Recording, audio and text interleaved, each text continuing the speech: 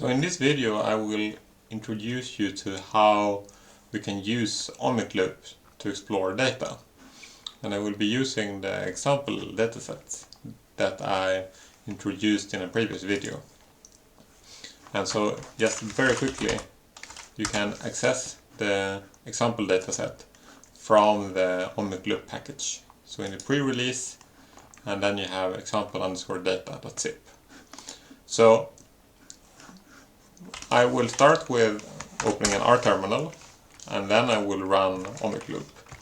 And I have a R package installed, OmicLoupe, and from that I can get the function run app. And so by running this, then OmicLoupe should start. And so here is the data, the example data. So we have the matrices as described before. I will not discuss it anymore right now. I also described how to load the data.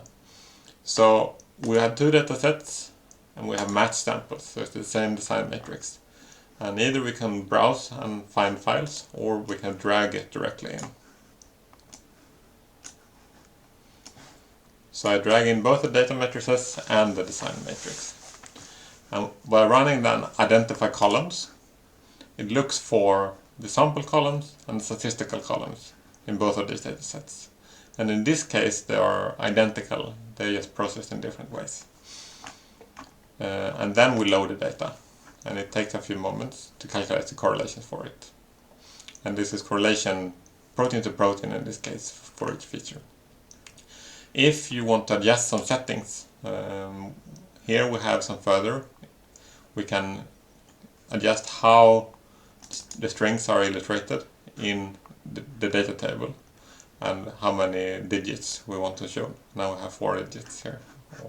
I will keep with 3. And when in this table views, how many columns we have. And then you can explore here to validate that your data is what you expect. You can also change settings here. You can, if you want it in vector format, for example, or if you want to change the resolution. And there are some further instructions on the help. Now we're ready to start visualizing. So if you go to the quality plot, this is normally the place to start. And I will here select that dataset so we can show them side by side. We can color them on the sample or some other comparison. In this case we don't have so many. In many cases you will have more when you do the exploration. And then we can start going through the different types of visualizations. So we see here we have a box plot showing how the samples are the values are distributed in each of these samples. We have a density plot. So here we can see in detail how the distributions looks for the different samples. And so we see, you can hover and see the name of each individual sample here. And we see that the output from the different software methods have a bit different shapes.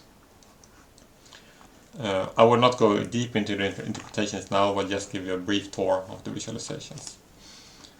The total intensities within the datasets, and we can also look for how many missing values there are in the different cases. So we see that there are more missing values in this B condition, the blue condition.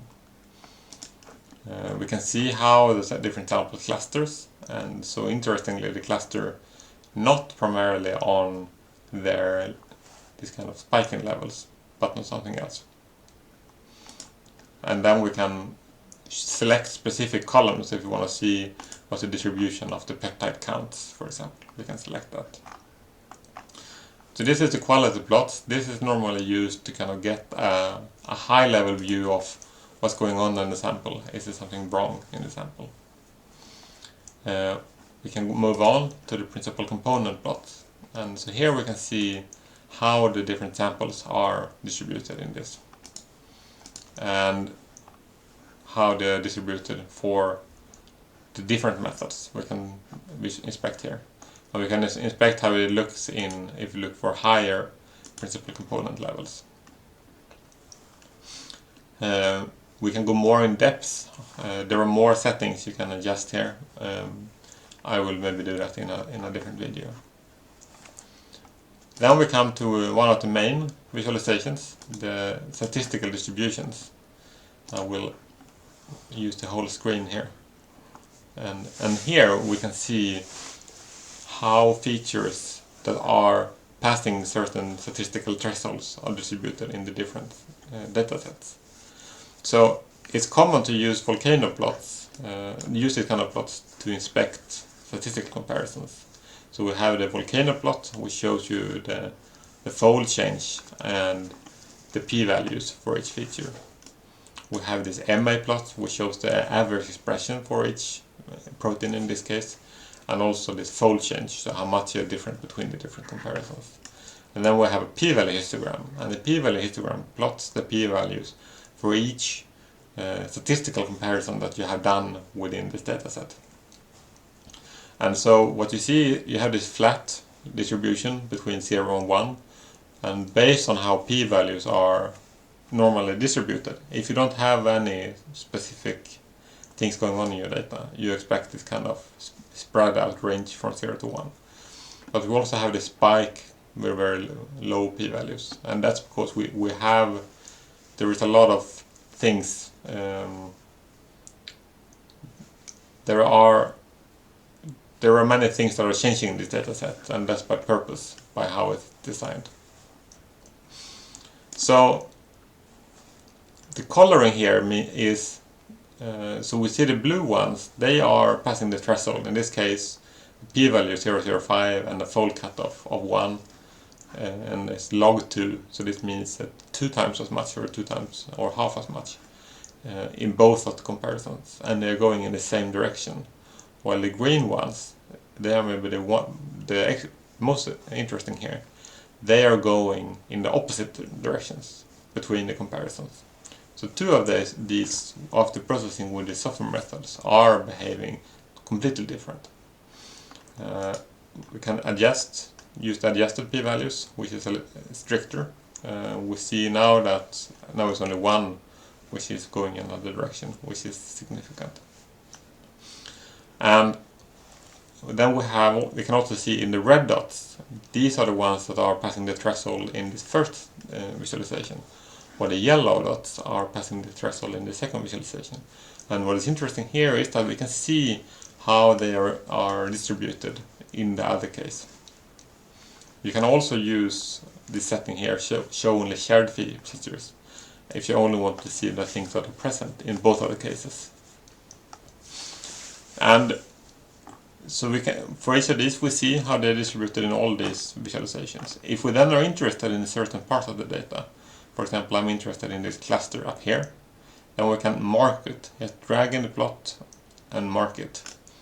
And then we see how this cluster is distributed in the different visualizations. So we see that this cluster here is distributed in the same region here, which is as to be expected in this dataset. If you take another chunk down here, we see that here it looks different. So most of them are still kind of found upregulated in the other method, but it's not as robust here. Some of them going in the other direction, some of them are very close to 0, and some of them have a even bigger fold change.